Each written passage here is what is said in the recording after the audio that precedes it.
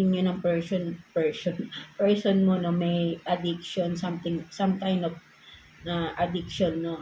Nakikita ko rito maybe mabarkada, may mabarkada sa inyo dyan, or sabihin nating nahilig sa nightlife, of course, or lumalabas sa gabi nang hindi nagpapaalam. That's why, no, parang yun yung nakikita ko, parang isa sa naging problem, no.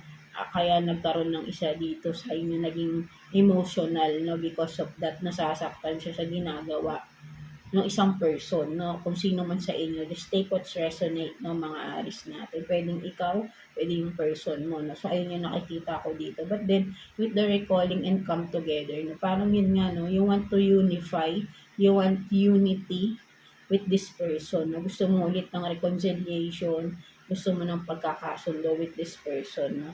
And yeah, ayun yung nakikita ko dito, no. So, let's see, kuha pa tayo ng additional cards for you, Aries. No? Additional cards for Aries. Tingnan natin. For Aries. Kuha tayo dito.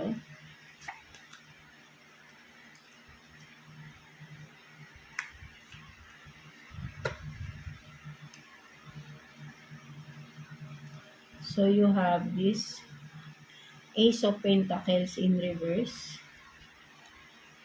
Page of Cups. And then, the Hanged Woman, no, in reverse, no. So, ayun yan.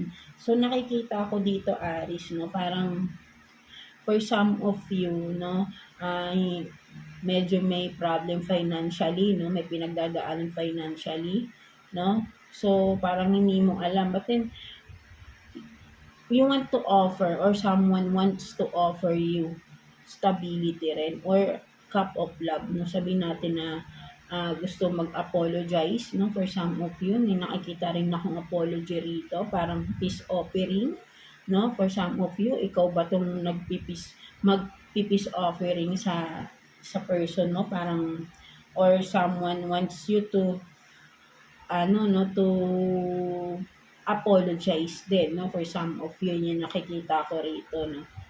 And then, isa sa nagiging problema rin is yun nga, no, financially, no, unstable kayo ng person, no. Parang yun din yung isang problem, bakit kayo nagkakaroon ng problema, no, nagkakaroon ng mga issues, no, mga Aries natin, no, because of that. And with the Hanged Woman in reverse, nakikita ko, no, finally, parang someone has to talk to, someone has to prove